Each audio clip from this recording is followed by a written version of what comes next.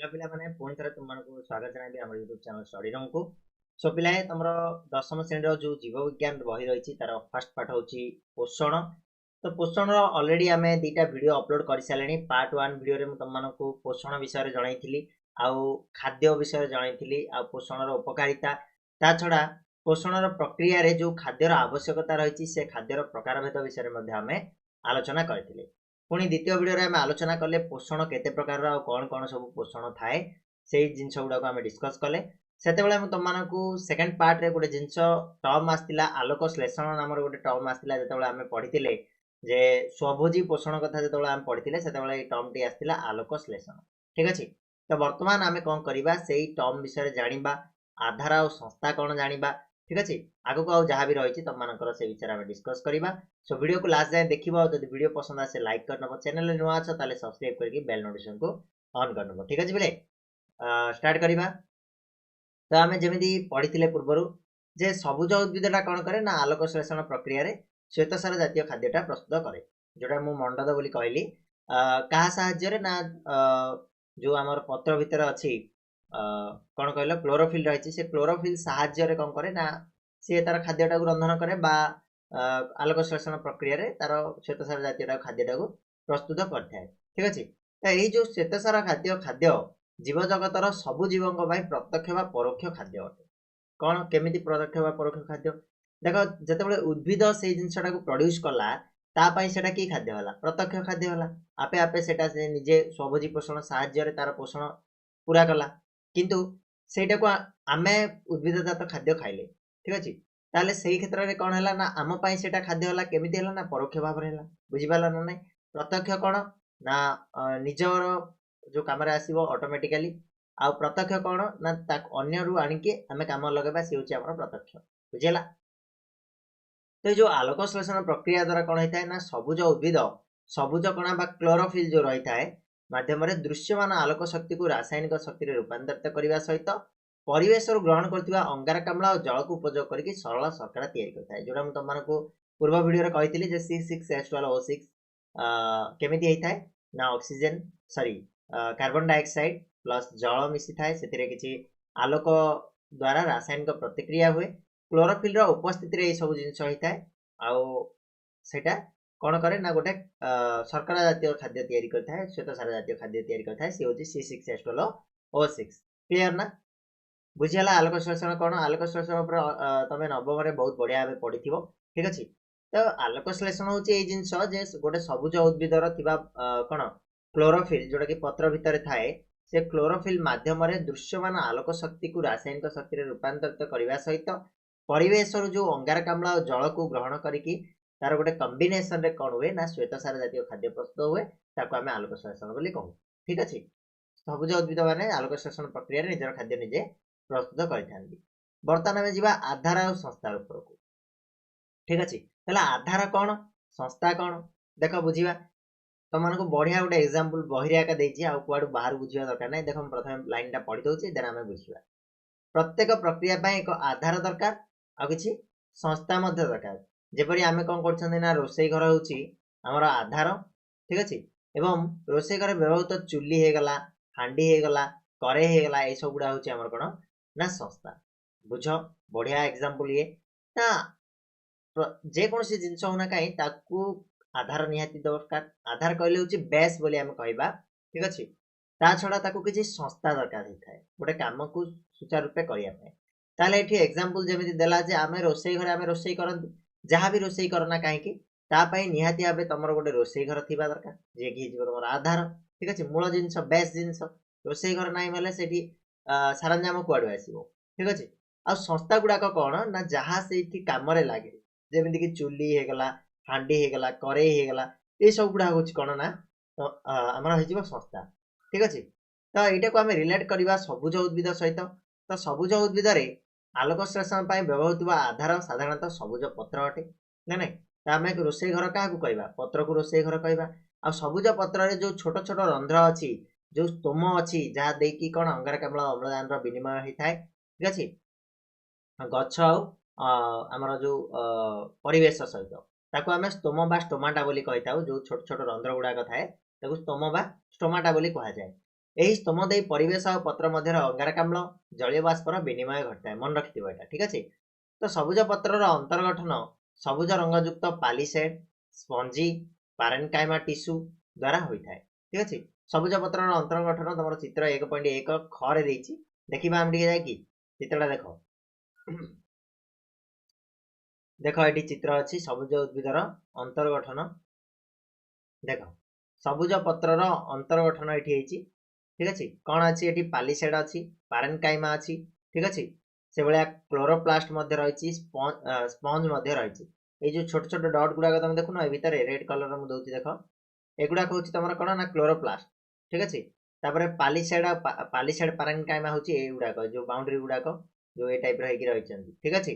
ତାପରେ ତମର ସ୍ପଞ୍ଜ ହଉଛନ୍ତି କୋଉ ଗୁଡାକ ନା ଏଇ ଯୋଉ ଗୋଲାକୃତିର ବାଉଣ୍ଡରୀ ଗୁଡାକ, ଏଗୁଡାକ ହଉଛନ୍ତି ସ୍ପଞ୍ଜ। ଷ୍ଟୋମାଟା ଏଠି ଦେଖିପାରିବ, ଗୋଟେ ସବୁଜ ପତ୍ର ଅଧା କଟା ସବୁଜ ପତ୍ରର ଚିତ୍ର ଏଠି ରହିଛି। ଏଠି ଦେଖ ଷ୍ଟୋମାଟା ଯୋଉ ଛୋଟ ଛୋଟ ରନ୍ଧ୍ର ଗୁଡାକ ଥାଏ ପତ୍ରରେ, ଛୋଟ ଛୋଟ କଣା ଗୁଡାକ ଥାଏ, ଆମର ଖାଲି ଆଖିକି ପ୍ରାୟତଃ ଦେଖାଯାଏନି, ଠିକ ଡିମ୍ ଡିମ୍ ଡିମ୍ ଡିମ୍ ତମେ ଥିବାର ଦେଖିବ। ସେଗୁଡାକୁ ଆମେ କହୁ ନା ଅଧା କଟା ସବୁଜ ପତ୍ରର ଏଇଟା ହଉଛି ଷ୍ଟୋମାଟା ବୋଲି କହିବା। ଷ୍ଟୋମାଟା ଭିତରକୁ ଆମେ ଯଦି ଯିବା, ସବୁଜ ପତ୍ର କେମିତି ଅନ୍ତର୍ଗଠିତ ହେଇଥାଏ, ସେଇ ଅନ୍ତର୍ଗଠନରେ ଏଇ ସବୁ ଜିନିଷ ଗୁଡାକ ଥାଏ। ପାଲିସେଡ୍ ପାରେନକାଇମା, କ୍ଲୋରୋପ୍ଲାଷ୍ଟ, ସ୍ପଞ୍ଜ ପାରେନକାଇମା, ଠିକ ଅଛି। ଏଇ ସବୁ ଗୁଡାକ ଏଠି ଭରପୁର ହେଇକି ଥାଏ। ତ କ୍ଲୋରୋପ୍ଲାଷ୍ଟଟା ଏଠି ପୁଣି ଦେଖ, ନେକ୍ସଟ ଆମେ ଯଦି ଯିବା ଏଇଠୁ ଆମେ ଏଇ ଯୋଉ କ୍ଲୋରୋପ୍ଲାଷ୍ଟଟାକୁ ନେଇକି ଚାଲିବା। କ୍ଲୋରୋପ୍ଲାଷ୍ଟର ଅନ୍ତର୍ଗଠନ କେମିତି ହେଇଥାଏ ନା କ୍ଲୋରୋପ୍ଲାଷ୍ଟ କେମିତି ଦେଖାଯାଏ? ଦେଖ ଏଇଭଳିଆ ଦେଖାଯାଏ। ଏଇ ଯୋଉ ଡଟ୍ ଗୁଡାକ ତମେ ଦେଖୁନ, ଏଇଟାକୁ ଏଠି ସେ ପୁରା ଇଏ କରିକି ଦେଇଛି, ଦେଖ କେମିତି କ୍ଲୋରୋପ୍ଲାଷ୍ଟଟା ମାନେ ଏମିତି ଥାକ ଥାକ ହେଇକି ଥାଏ, ଠିକ ଅଛି। ଏଗୁଡାକୁ ଗ୍ରାନା ବୋଲି କୁହାଯାଏ। ଯୋଉ ଥାକ ଜାଗ ଥାଏ, ଏମିତିକା ଥାକ ଥାକ ହେଇକି ଥାଏ, ତାକୁ ଗ୍ରାନା ବୋଲି କୁହାଯାଏ। ଏଠି ଦେଖିପାରୁଛ ତମେ ଗ୍ରାନା ଏଠି ଦର୍ଶା ହେଇଛି, ଠିକ ଅଛି। ତାପରେ ଏଇଠି ଯୋଉ ଲମ୍ବାଳିଆ ହେଇକି ଥାଏ, ଏଇ ଟିସ୍ୟୁ ଗୁଡାକୁ କଣ ଥାଇଲାକଏଡ୍ ଟିସ୍ୟୁ ବୋଲି କୁହାଯାଏ। ଥାଇଲାକଏଡ୍ ଆଉ ଯୋଉ କୋଷ ରସ ଗୁଡାକ ଏଇ ମଝିରେ ଯୋଉ ରସ ଗୁଡା ଥାଏ, ସେ ହଉଛି କଣ ଷ୍ଟ୍ରୋମା, ମନେ ରହିବ। ନେକ୍ସଟ ତମର ଯିବା ଆମେ କଣ ଏଇ ଯୋଉ ଥାଇଲାକଏଡ୍ ର ପରିବର୍ତ୍ତିତ ଅଂଶଟାକୁ ଦେଖିବା। ଥାଇଲାକଏଡ୍ଟା ଥାଏ ନା, ଥାଇଲାକଏଡ୍ର ପରିବର୍ତ୍ତିତ ଅଂଶଟା କେମିତି ଦେଖାଯାଏ ନା ଏମିତିକା ଦେଖାଯାଇଥାଏ, ଯୋଉଠି ଥାଇଲାକଏଡ୍ ଝିଲ୍ଲି ଗୁଡାକ ମଧ୍ୟ ଥାଏ। ଦେଖିପାରୁଛ ତମେ, ଏରା ଏରା ହଉଛି କଣ ନା ଥାଇଲାକଏଡ୍ ଝିଲ୍ଲି, ଠିକ ଅଛି। ବର୍ତ୍ତମାନ ଆମେ ପଢିବା, ଦେଖ କଣ ରହିଛି ବାକି ଜିନିଷ। ଆମେ ଏଠି ଦେଖିଲେ କଣ ନା ସବୁଜ ପତ୍ରର ଅନ୍ତର୍ଗଠନ କେମିତି ହେଇଥାଏ ନା ସବୁଜ ପତ୍ରର ଅନ୍ତର୍ଗଠନରେ ସବୁଜ ରଙ୍ଗଯୁକ୍ତ ପାଲିସେଡ୍ ଥାଏ, ସ୍ପଞ୍ଜି ପାରେନକାଇମା ଥାଏ, ଆଉ ସ୍ପଞ୍ଜି ପାରେନକାଇମା ଆଉ ପାଲିସେଡ୍ରେ ଗଠିତ ହେଇଥାଏ କୋଉଟା ଆମର ନା ସବୁଜ ପତ୍ରଟା। ପତ୍ର ଭିତରେ ଥିବା ଏଇ ଦୁଇ ପ୍ରକାର ପାରେନକାଇମା ଟିସ୍ୟୁର କୋଷ ଭିତରେ କ୍ଲୋରୋପ୍ଲାଷ୍ଟ ନାମକ ଅଙ୍ଗିକା ରହିଥାଏ। କୋଷ ଭିତରେ କଣ ଥାଏ? କ୍ଲୋରୋପ୍ଲାଷ୍ଟ ଥାଏ, ଯୋଉଟା ଆମେ ଦେଖେଇଲି ଡଟ୍ ଡଟ୍ ହେଇକି ଏମିତିକା ଥିଲା କ୍ଲୋରୋପ୍ଲାଷ୍ଟ ନା ନାଇଁ। ତ କ୍ଲୋରୋପ୍ଲାଷ୍ଟରେ ଥିବା ରସକୁ ଷ୍ଟ୍ରୋମା ରସ କୁହାଯାଏ ବା ଷ୍ଟ୍ରୋମା ବୋଲି କୁହାଯାଏ, ଯୋଉଟା ମୁଁ ତମକୁ ଦେଖେଇଲି। କ୍ଲୋରୋପ୍ଲାଷ୍ଟରେ ଏମିତିକା ଯୋଉ ଥାକ ଥାକ ହେଇଥିଲା, ଏଗୁଡାକୁ ତ ଗ୍ରାନା କୁହାଗଲା। ତାପରେ ଏମିତିକା ଲମ୍ବାଳିଆ ଥିଲା, ଠିକ ଅଛି। ତା ଛଡା କିଛି ଖାଲି ସ୍ଥାନ ଥିଲା, ଯୋଉଠି ଆମର କଣ ଥିଲା ନା ଷ୍ଟ୍ରୋମା ଥିଲା, ଠିକ ଅଛି। ରସ ଗୁଡାକୁ ଷ୍ଟ୍ରୋମା ବୋଲି କୁହାଯାଏ। ଏଇ ଯୋଉ ରସରେ, ଷ୍ଟ୍ରୋମା ରସରେ କଣ ଥାଏ ନା ବିଭିନ୍ନ ପ୍ରକାର ସନ୍ତରକ ବା ଏନଜାଇମ ରହିଥାଏ, ଆଉ ପୋଷକ ମଧ୍ୟ ରହିଥାଏ, ଠିକ ଅଛି ନା। ମନେ ରଖିବ, ଷ୍ଟ୍ରୋମାରେ କଣ ଥାଏ ନା କେତେକ ଉପାଦାନ ଭାସମାନ ଅବସ୍ଥାରେ ରହିଥାଏ, ଠିକ ଅଛି, ଯୋଉଟାକୁ ଆମେ ସନ୍ତରକ ବା ଏନଜାଇମ ବା କହିବା, ବା ପୋଷକ ମଧ୍ୟ ଆମେ କହିପାରିବା, ଠିକ ଅଛି। ତାପରେ ଏଇ ଭିତରେ ଆହୁରି କଣ ଥାଏ ନା ଅଧିକ ପରିମାଣରେ ଥିବା ଗଠନର ଏକକ ଦ୍ୱିସ୍ତରୀୟ ଝିଲ୍ଲି ସଦୃଶ୍ୟ ଥାଇଲାକଏଡ୍ ଯାକ ଥାଏ। ଥାଇଲାକଏଡ୍ ଦୀର୍ଘ ସରୁ ଚେପ୍ଟା ଆଉ ଥଳି ସଦୃଶ୍ୟ ହେଇଥାନ୍ତି, ଆଉ ଥଳି ଭିତରେ ସ୍ଥାନକୁ କଣ ଲ୍ୟୁମେନ୍ ଥାଏ, ଠିକ ଅଛି। କଣ କହିଲା ନା ଦ୍ୱିସ୍ତରୀୟ ଝିଲ୍ଲି ସଦୃଶ୍ୟ ଥାଇଲାକଏଡ୍, ଯୋଉଟା କି ଆମେ ଦେଖିଲେ ଏମିତିକା ଝିଲ୍ଲି ସଦୃଶ୍ୟ ଥାଇଲାକଏଡ୍, ସେଇଟାକୁ ଆମେ କହିଲେ କଣ ଥାଇଲାକଏଡ୍ ବୋଲି କହିଲେ। ଆଉ ଥାଇଲାକଏଡ୍ ଦୀର୍ଘ ହେଇଥାଏ, ଲମ୍ବାଳିଆ ହେଇଥାଏ, ସରୁ ହେଇଥାଏ, ଆଉ ଚେପ୍ଟା ମଧ୍ୟ ହେଇଥାଏ, ଠିକ ଅଛି। ଚେପ୍ଟା ହେଇକି ଗୋଟେ ଥଳି ସଦୃଶ୍ୟ ହେଇଥାଏ ଥାଇଲାକଏଡ୍, ଏଇ ଟାଇପର ହେଇଥାଏ, ଠିକ ଅଛି। ଏଇ ଟାଇପର ହେଇଥାଏ, ଦ୍ୱିସ୍ତରୀୟ ବୋଲି କୁହାଗଲା। ଦେଖ ଦେଖେଇ ଦଉଛି ମୁଁ ତମକୁ, କନଫ୍ୟୁଜନ ହବନି। ଇଏ ହଉଛି ତମର ଥାଇଲାକଏଡ୍, ଠିକ ଅଛି। ଏଇ ଯୋଉ ଦେଖିଛ ନା ଦ୍ୱିସ୍ତରୀୟ ହେଇକି ରହିଛି, 12 ସ୍ତର ରହିଛି, ଆଉ ଗୋଟେ ଭିତରେ ସ୍ତର ରହିଛି। ଏ ପୁରାଟାକୁ ଆମେ କହିଲେ କଣ ନା ଥାଇଲାକଏଡ୍ ବୋଲି କହିଲେ, ମନେ ରହିଲା। ତାପରେ ନେକ୍ସଟ ଦେଖ, କେତେକ ସ୍ଥାନରେ ଛୋଟ ଥାଇଲାକଏଡ୍ ଗୁଡିକ ଥାକ ଥାକ ହେଇକି ସଜ୍ଜିତ ହୋଇ ରହିଥାନ୍ତି। ଏଭଳି ଥାକକୁ ଗ୍ରାନା ବୋଲି କୁହାଯାଏ, ଯୋଉଟା ମୁଁ ଦେଖେଇଥିଲି ତମମାନଙ୍କୁ, ଯେମିତି ଥାକ ଥାକ ହେଇଥାନ୍ତି, ସେଗୁଡାକୁ ଗ୍ରାନା କୁହାଗଲା। ଆଉ ଗ୍ରାନା ଗୁଡିକ ଲମ୍ବାଳିଆ ଥାଇଲାକଏଡ୍ ଦ୍ୱାରା ସଂଯୋଜିତ ହୋଇଥାନ୍ତି। ଏଇ ଗ୍ରାନା ଗୁଡିକ ଦିଟା ଗ୍ରାନା କେମିତି ସଂଯୋଜିତ ହେଇଥାନ୍ତି ନା ଲମ୍ବାଳିଆ ଥାଇଲାକଏଡ୍ ଦ୍ୱାରା ସଂଯୋଜିତ ହେଇଥାନ୍ତି, ଠିକ ଅଛି। ଏମିତିକା ସଂଯୋଜିତ ହେଇଥାନ୍ତି। ଆଉ ସାଧାରଣତଃ ଦେଖିବାକୁ ଗଲେ କ୍ଲୋରୋପ୍ଲାଷ୍ଟରେ ଥିବା ଷ୍ଟ୍ରୋମା ରସରେ ଗ୍ରାନା ଆଉ ଥାଇଲାକଏଡ୍ ରହିଥାନ୍ତି। ଯୋଉ କ୍ଲୋରୋପ୍ଲାଷ୍ଟ ଭିତରେ ଷ୍ଟ୍ରୋମା ରସ ଗୁଡାକ ବୁଲିଥାନ୍ତି, ସେ ଭିତରେ ଏଇ ଗ୍ରାନା ଗୁଡାକ ଥାଏ, ଏଇ ଥାଇଲାକଏଡ୍ ଗୁଡାକ ଥାଏ। କ୍ଲିୟର, ମନେ ରହିବ। पत्रर अंतर्गठन तुमको एग्जाम रे बहुत थर पचारुछि ठीक अछि तो भूलिबनी प्रथम होछि आधार और संस्था आधार किए पत्र हो गला आधार सबुज उद्भिदर संस्था हो गला किए जो ता भीतर अछि छोट छोट वर्णकणा तो आमे कहबानी बा आमे कहबा कोन ना सेगुडा को जो तमर स्तोम कुआ जाय बा स्टोमाटा कुआ जाय आउ ए स्टोम देखि कोन हुए ना आमर परिवेश और पत्र मध्य अंगारकाम्ल और जलीय बाष्पर विनिमय घटिताए तो आम सबुज पत्र अंतर्गठन को जब बुझा ताले सबुज पत्र अंतर्गठन दीटा टिश्यू रे प्रायतः होता है गोटे गला पालिसेड टिश्यू आ गोटे स्पंजी पारेन्काइमा टिश्यू ठीक अच्छे आ पत्र भितर दीटा टिश्यू कौन होता है ना पारेन्काइमा टिश्यू कोष भितर क्लोरोप्लास्ट नामक अंगिका थाए ये जो क्लोरोप्लास्ट रे थिबा रस को आम स्ट्रोमा रस कहू आउ ये रस रे विभिन्न प्रकार जिनस भासमान अवस्था थाए जमीक एंजाइम होगला पोषक तत्व होगला ठीक अच्छे आदि जो अधिक परिमाण में थिबा गठन एकक होची से कौन ना द्विस्तरीय झिल्ली सदृश गोटे थाइलाकॉइड थाए आ थाइलाकॉइड गुड़ाक कौन होता है ना दीर्घ होता है लंबालिया होता है सरू होता है और चेप्टा मध्य होता है बुझीगला तापर थलीर भितर स्थान को ल्यूमेन थाए लुमेन बोली कह जाए थलीर भितर जगह को कौन आम कहबा लुमेन बोली कहबा आ केतेक स्थान में छोट छोट थाइलाकॉइड गुड़िक थाक थाक अवस्था थांती सेगुड़ा को आम कहले ग्राना बोली ग्रानाटा केमितिका ना लंबालिया थाइलाकॉइड थाइलाकॉइड द्वारा संयोजित होता है ग्राना गुड़ाक दीटा ग्राना भितर संयोजित मुझे तुमको ये चित्र माध्यम बर्तमान बुझेली ठीक अच्छे ना क्लीयर है जाए तापर कहले कौन ना थाइलाकॉइड प्रत्येक झिल्ली स्तर में क्लोरोफिल प्रोटीन और लिपिड कौन विभिन्न बृहत अणु सजै हो रही एभली गठनयुक्त थाइलाकॉइड क्लोरोप्लास्ट स्ट्रोमारस आलोक श्लेषण संस्था सृष्टि करते ठीक अच्छे ये जो सजै हो रही जिनस गुड़ाक जमीक थाइलाकॉइड होगला क्लोरोप्लास्ट स्टोमारस होगला आलोक श्लेषण संस्था को गठन करते फोटोसिंथेसिस सिस्टम टा गठन करते तो बर्तमान आम पत्रर अंतर्गठन विषय पढ़ले तो ये पढ़ा आम जो रही तुम प्रक्रिया अर्थात कहार प्रक्रिया ना आलोक श्लेषण प्रक्रिया विषय आम जाना जे आलोक श्लेषण जो होची गोटे निर्दिष्ट प्रक्रिया अवलंबन कर आलोक श्लेषण तो मेनली आम जब देखा ताले दुईटा प्रकार प्रक्रिया होता है गोटे तुम आलोक प्रक्रिया आ गोटे हूँ अंधकार प्रक्रिया किसी परीक्षा द्वारा ये जिनसटा निर्धारित कराई सिद्धांतटा प्रदान कराई जे जो आलोक प्रक्रियाटा होता क्या उपस्थित हुए ना दृश्यमान आलोक उपस्थित आलोक उपर निर्भर करे आ अंधकार प्रक्रिया रे कौन प्रकार आलोक कौन ना नियोजित हुए ना ठीक अच्छे से विषय में जाना देख आलोक श्लेषण प्रक्रिया को जानापी विभिन्न परीक्षा कराई दुईटा मुख्य परीक्षार सिद्धांत गुरुत्वपूर्ण होती तो प्रथम सिद्धांत देते फ्रेडरिक ब्लैकमैन जे कि 1905 मसीह जनाई कथाटा से प्रक्रियात्मक परीक्षा माध्यम दर्शाई जे आलोक श्लेषण दुई सह प्रक्रिया द्वारा समाहित होता है गोटे सह प्रक्रिया हूँ दृश्यमान आलोक उपर निर्भर करे को आलोक प्रक्रिया कह जाए और द्वितीय हूँ कौन ना कौन आलोक उपर निर्भर करे ना जोटा कि अंधकार प्रक्रिया बोली कह जाए डार्क रिएक्शन बोली कह जाए लाइट रिएक्शन और डार्क रिएक्शन किए देते फ्रेडरिक ब्लैकमैन देते 1905 मसीह ठीक अच्छे जे आलोक श्लेषणटा दी भाग में विभक्त करते सी गोटे हूँ आलोक प्रक्रिया आ गोटे हूँ अंधकार प्रक्रिया ये दुईटा प्रक्रिया रे कौन समाहित होता है ठीक अच्छे तापर द्वितीय सिद्धांत आलोक श्लेषण जैव रासायनिक क्रिया जोटा कि बायोकेमिस्ट्री परीक्षार आसाला अंगारकाम्ल आ जलर रासायनिक क्रिया रे जलरू आसुवा हाइड्रोजेन द्वारा अंगारकाम्ल विजारित हुए आ सरल शर्करा संश्लेषित होगा सहित अम्लजान निर्गत होगा दर्शाई जोटा कि 1931 मसीह फॉन नील द्वारा परिकल्पना कराई ठीक अच्छे 1938 फॉन नील द्वारा परिकल्पना कराई किंतु 1937 रॉबर्ट हिल कौन करते ना उन्नत मानव परीक्षा माध्यम ये जिनसा को प्रमाण करते मन प्रथमटा आसला किए फ्रेडरिक ब्लैकमैन 1905 मसीह देते जोटा कि सी दर्शाई दुईटा सह प्रक्रिया माध्यम आलोक श्लेषणटा होता है गोटे आलोक प्रक्रिया गोटे अंधकार प्रक्रिया आलोक प्रक्रिया रे दृश्यमान आलोक उपर निर्भर करता है और अंधकार प्रक्रिया कौन प्रकार आलोक नियोजित हो न था ठीक अच्छे तापर द्वितीय सिद्धांत दर्शागला कौन ना आलोक श्लेषण जैव रासायनिक क्रिया विषय जनागला द्वितीय सिद्धांत कौन से जैव रासायनिक क्रिया आलोक श्लेषण ना जोड़ा कि रहा गोटे मिनट ठीक कर दूँ ओके चलो जैव रासायनिक कौन कहले ना जोड़ा रहा कौन ना हाइड्रोजेन जो हाइड्रोजेन मिलता है कौटू ना अंगारकाम्ल और जल रासायनिक क्रिया हेले से जलरू कौन हाइड्रोजेन थाए आम H2O हूँ जलर केमिकल फर्मूला तो हाइड्रोजेन द्वारा अंगारकाम्लटा विजारित हुए आ सरल शर्करा संश्लेषित होगा सहित अम्लजान से कौन होता है ना बाहरी थाए ठीक अच्छे आईटा किए कही ना 1931 मसीह फॉन नील एटा को परिकल्पना करथिले किंतु तांका बाहर कोनोसी प्रमाण नथिला से ठीक भाबे एटा को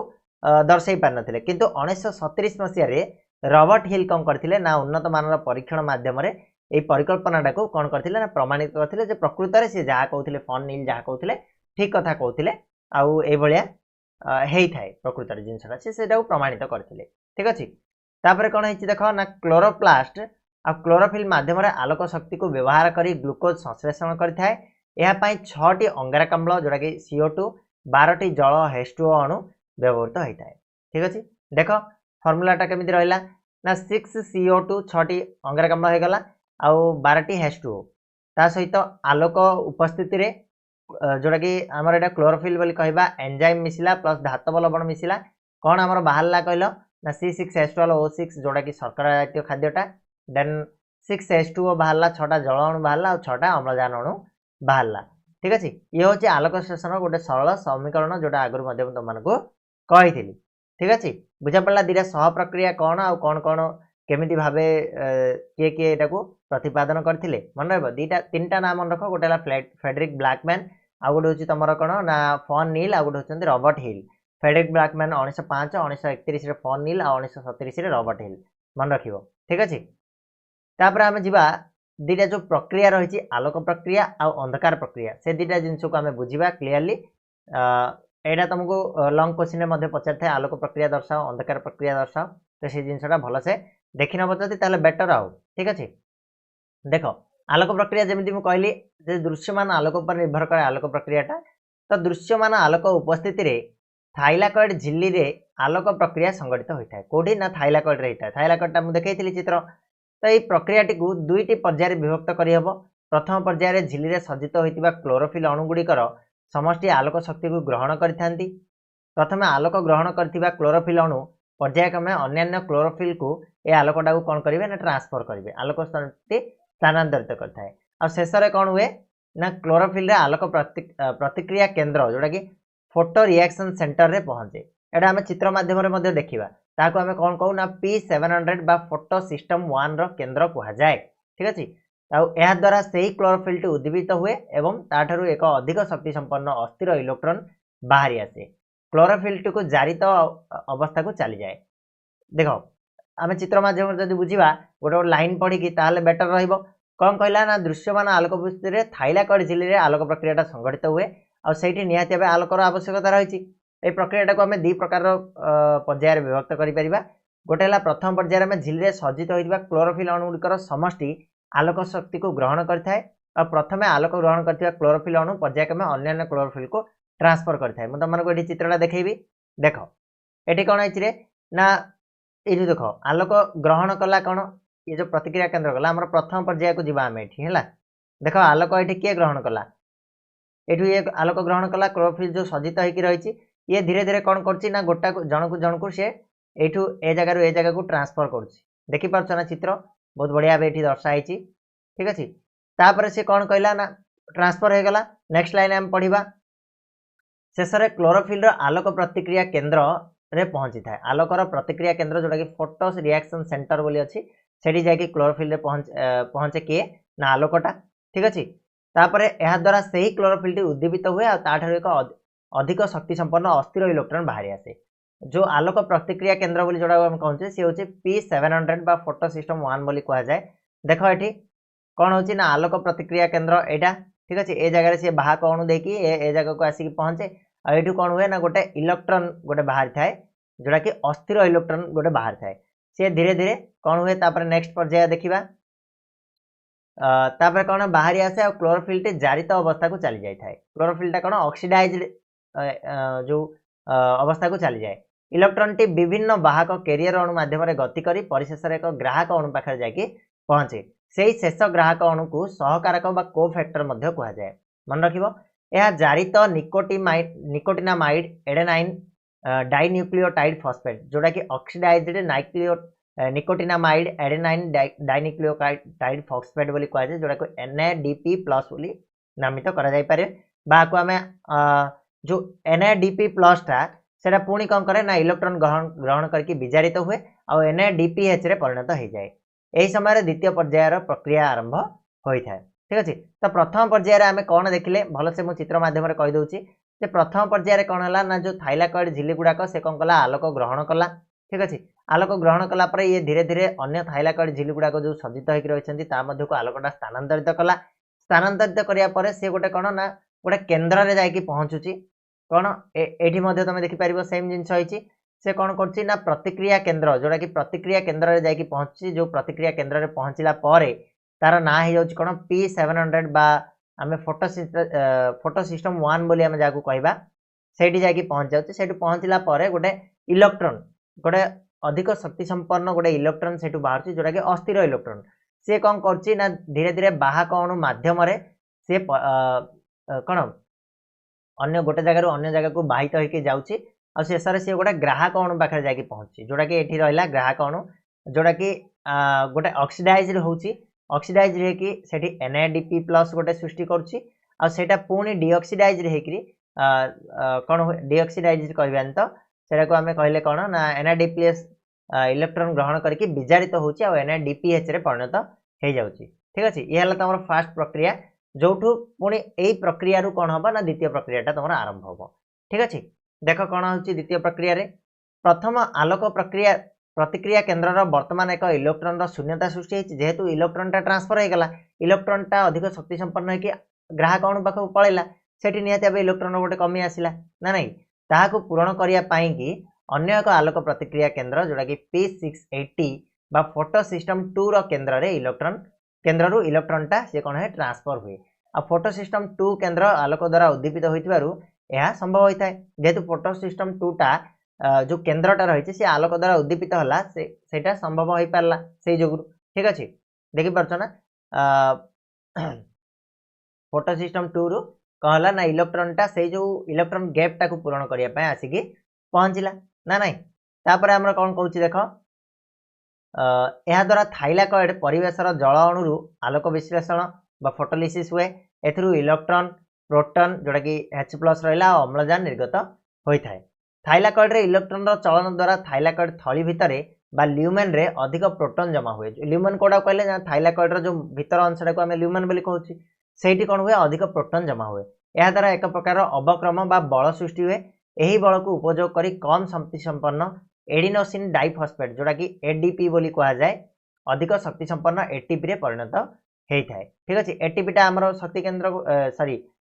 शक्ति मुद्रा बोली कहा जाए ठीक अच्छे। एडेनोसाइन ट्राइफॉस्फेट रे परिणत हुए किए ADPटा कौन नहीं कि ना से जो अवक्रम बा बलटा सृष्टि हुए से बलटा को उपयोग करी एडिनोसिन डाइफॉस्फेट ADPटा एडिनोसिन ट्राइफॉस्फेट रे परिणत हुए जोटा कि ATP रे परिणत होता है। मन रहा पिला माने मोटामोटी भाव देखा गले आमर कौन एठू NADPH आउ ATPटा आमर कौन करथांती ना आलोक श्लेषण शक्ति गठन करिथांती ठीक अच्छे। तो आलोक प्रक्रिया आलोक शक्ति द्वारा क्लोरोफिल रे जल आलोक विश्लेषण घटी NADPH और ATP गठित होगा सहित अम्लजान मुक्त हुए अम्लजानटा बाहरी जाए और NADPH और ATP उभय मिसी आलोक श्लेषण शक्ति गठन करथांती ये गला तुम कौन ना आलोक प्रक्रिया बुझीपार बिले। नेक्स्ट आम जा कौन ना अंधकार प्रक्रिया उपरकू जा अंधकार प्रक्रिया कौन ताकू डिटेल रे जानिबा ठीक अच्छे। व्यस्त हबार किसी ना टिके लंबा होची वीडियो जानी बट गोटे वीडियो रे आम क्लीयर होइजिबाटा भल रहिबो तापर टिके टिके पढ़ीदबो बास क्लीयर होइजिबो ओके। तो आलोक उपर अंधकार प्रक्रिया निर्भर करि न थाए आमे जेमिति पढ़िले जे अंधकार प्रक्रिया बिल्कुल अलग आलोक प्रक्रिया अलग अंधकार प्रक्रिया अलग पत्रर स्तोम माध्यम कोष भीतर को विसरित होतिबा अंगारकाम्ल स्ट्रोमा रस रे द्रवीभूत होई रही थाए आ स्ट्रोमा रस रे थिबा 5 कार्बन युक्त एक ग्राहक अणु द्वारा आलोक प्रक्रियार सुष्ट आलोक श्लेषण शक्ति जोटा कि ATP बा NADPH को उपयोग कर द्रवीभूत अंगारकाम्ल को एक एंजाइम माध्यम निज सहित विबंधित कराए बुझ कौन रही ना आलोक उपर अंधकार प्रक्रिया आम टोटाल निर्भर करेनि। तो पत्र जो स्तोम अच्छी से स्तोम माध्यम कौन है ना कोष भीतर को ये जो विसरित होता अंगारकाम्ल कोष भीतर को जो अंगारकाम्लटा जाए से कौन हुए ना स्ट्रोमा रस मिसी जाए स्ट्रोमा रस द्रवीभूत हो जाए और स्ट्रोमा रस जो 5 कार्बन युक्त गोटे ग्राहक अणु थाए से कौन करे आलोक प्रक्रिया जो आलोक श्लेषण शक्ति सृष्टि होची ATPटा और NADPHटा ताकू प्रयोग करिकी ताकू उपयोग करिकी गोटे द्रवीभूत अंगारकाम्ल को गोटे एंजाइम माध्यम निज सहित विबंधित कराए निज सहित कौन कराए रिएक्ट कराए ठीक अच्छे।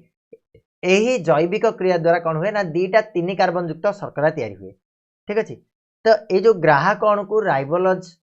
बिस्फॉस्फेट बा आरयूबीपी और एंजाइम को राइबोलोज बिस्फोस्फेट बा बिस्फोस्फेट कार्बो ऑक्सीलेज ऑक्सीजेनेज बा रुबिक्स बोली मध्य कुआ जाए। ठीक अछि मन रहिला कौन कहली ना जेतेबेले द्रवीभूत अंगारकाम्ल टाको विबंधित करैकरी एटीपी और एनएडीपीएच को उपयोग करैकरी कौन करे ना गोटे तीन कार्बन युक्त शर्करा परिणत करता है जैविक क्रिया द्वारा। ठीक अछि ये जो शर्कराटा ये जो कौन हुए ना ग्राहक ये जो ग्राहक अणुटा रही कोटी कोष भितर से ग्राहक अणु को आम कहले कौन ना राइबोलोज बिस्फोस्फेट आरयूबीपी बोली कहगला आउ एंजाइमटा जो अच्छी एंजाइमटा को राइबोलोज बिस्फोस्फेट कार्बो ऑक्सीलेज ऑक्सीजेनेज बा रुबिक्सो बोली कह जाए। ठीक अच्छे रुबिस्को RUBISCO। ठीक अच्छे मन रहा दीटा जिनस को मन रख तुम क्वेश्चन आसो जो स्टोमा रसरे जो स्टोमा रसरे जो 5 कार्बन युक्त ग्राहक अणु रही से ग्राहक अणु को कौन कह जाए आउ जो तुम कौन रही ना एंजाइम अच्छी से एंजाइम को कौन कह जाए ग्राहक अणु हूँ RUBP और एंजाइमटा हूँ रुबिस्को मन रहा। तो आलोक संश्लेषण जैव रासायनिक अंधकार प्रक्रिया समय पर्यायक्रमे विभिन्न जैव अणु आ संतरक नियोजित होता जोटा कि आम देखिले ग्राहक अणु जैव अणु RUBP आउ संतरक कहले एंजाइम। ठीक अच्छे एंजाइम गुड़िक मध्य रुबिस्कोर भूमिका गुरुत्वपूर्ण जोटा मुझे कहली रुबिस्को कहुए बोली रुबिस्कोर भूमिका बहुत गुरुत्वपूर्ण रही। रुबिस्कोटा कौन करना प्रथम CO2 मान कार्बन डाइऑक्साइड अंगारकाम्ल को जैव पदार्थ विबंधित कर साहाय्य करे आउ एंजाइम टी आलोक प्रक्रिया जात एटीपी उपर निर्भरशील होइतिबारु आलोक प्रक्रिया किसी समय पर अंधकार प्रक्रिया आरंभ होता है बा आलोक प्रक्रिया सह सह चली थाए बोली आमे कहि परिबा। ठीक अछि कहीं ना एटीपी निहाती दरकार आलोक सिना दरकार ना किंतु एटीपी तो निहाती दरकार ना कहीं ना जो विबंधित करिवो कार्बन डाइऑक्साइड टाकू के ए जो रुबिस्क के एंजाइम गुड़िक मध्य जो रुबिस्कोटा कौन करिवो ना कार्बन डाइऑक्साइड टाकू विबंधित करिवारे सहाय्य करिवो और ये एंजाइमटा आलोक प्रक्रिया जात एटीपी उपर निर्भरशील जदि एटीपी ना तो एंजाइमटा किसी काम करनी। ठीक अच्छे तेणु एटीपीटा कौटू आसे आलोक प्रक्रिया आसे तेणु करके आलोक प्रक्रिया सरू सरू सांगे सांगे अंधकार प्रक्रिया आरंभ हुए बा आमे कहि परिबा आलोक प्रक्रिया साथी सी चली थाए। क्वेश्चन आसीबो मन रखि थाओ। तो जो 3 कार्बन युक्त शर्करा अणु गुड़िक चक्राकार विभिन्न जैव रासायनिक क्रिया माध्यम परिचालित हो गोटे 6 कार्बन युक्त ग्लुकोज अणु संश्लेषण करने सहित 5 कार्बन युक्त राइबोलोज बिस्फोस्फेट ग्राहक अणु को पुनर्बार सृष्टि करता है। ठीक अच्छे ये गोटे चक्राकार प्रक्रिया जो 5 कार्बन युक्त प्रथम राइबोलोज बिस्फोस्फेट RUBP थिला 5 कार्बन युक्त जो आम कौन कले ना एटीपी और NADPH व्यवहार होकर से 3 कार्बन युक्त शर्करा परिणत होता। ठीक अच्छे बर्तमान कौन है से 3 कार्बन युक्त शर्करा अणु गुड़िक विभिन्न जैव रासायनिक क्रिया माध्यम परिचालित होकर गोटे 6 कार्बन युक्त ग्लुकोज है जोटा कि ग्लुकोज तो होगला तापर पुणी जो रेस्ट एमाउंट गुड़ाक रहा बड़का जिनस गुड़ाक रहा द्वारा कौन हो 5 कार्बन युक्त राइबोलोज बिस्फोस्फेट रे से पुणी थे परिणत हो जाऊँ अर्थात आउ थे से जिनसा हम आउ थे से प्रक्रियाटा हम। ठीक अच्छे तेणु ये प्रक्रियाटा कौन हुए ना पे चक्राकार घटी थाए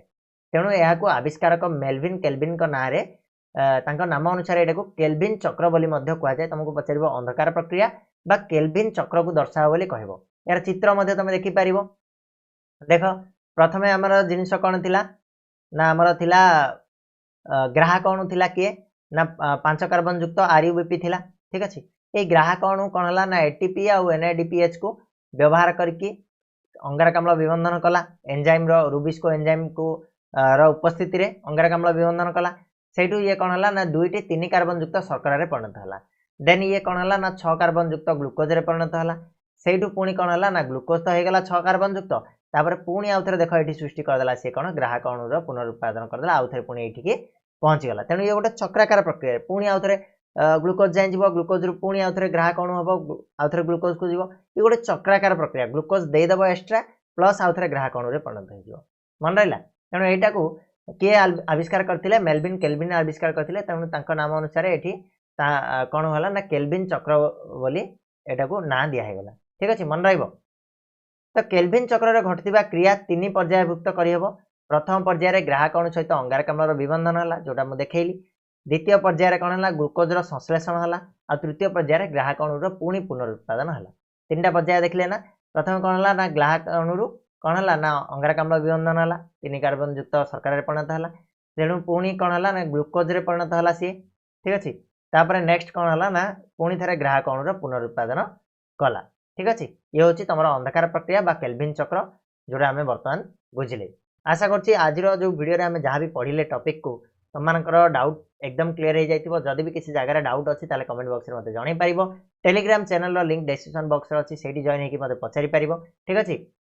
एनी हाउ जेमिति भी तमे कांटेक्ट करो मते पचारि परिबो निहाती बे आंसर करिया पय ट्राई करिवि नेक्स्ट वीडियो रे आमे मनुष्यर पाकतंत्र विषय पढ़िबा टिके लॉन्ग ए जो लंबा रहिछि ए चैप्टर टा तो ए चैप्टर पर आ सब छोट छोट चैप्टर मिलेबो तुमମାନଙ୍କୁ तो ए चैप्टर टा इंपोर्टेंट भी रहिछि लंबा भी रहिछि ताको आमे पार्ट पार्ट हिसाब रे पढुचंती ऑलरेडी तीनटा पार्ट सरिला नेक्स्ट पार्ट रे आमे मनुष्यर पाकतंत्र पढ़िबा आशा करछि जो गुडा मु तुमମାନଙ୍କୁ पढौछि निहाती बे क्लियर होतिबो आ किछि भी जदि डाउट रहछि कमेंट बॉक्स रे जणाइबो किछि प्रॉब्लम अछि फीडबैक दियो ठीक अछि पुनी नेक्स्ट वीडियो रे मिसिबा सेतोला जाय धन्यवाद।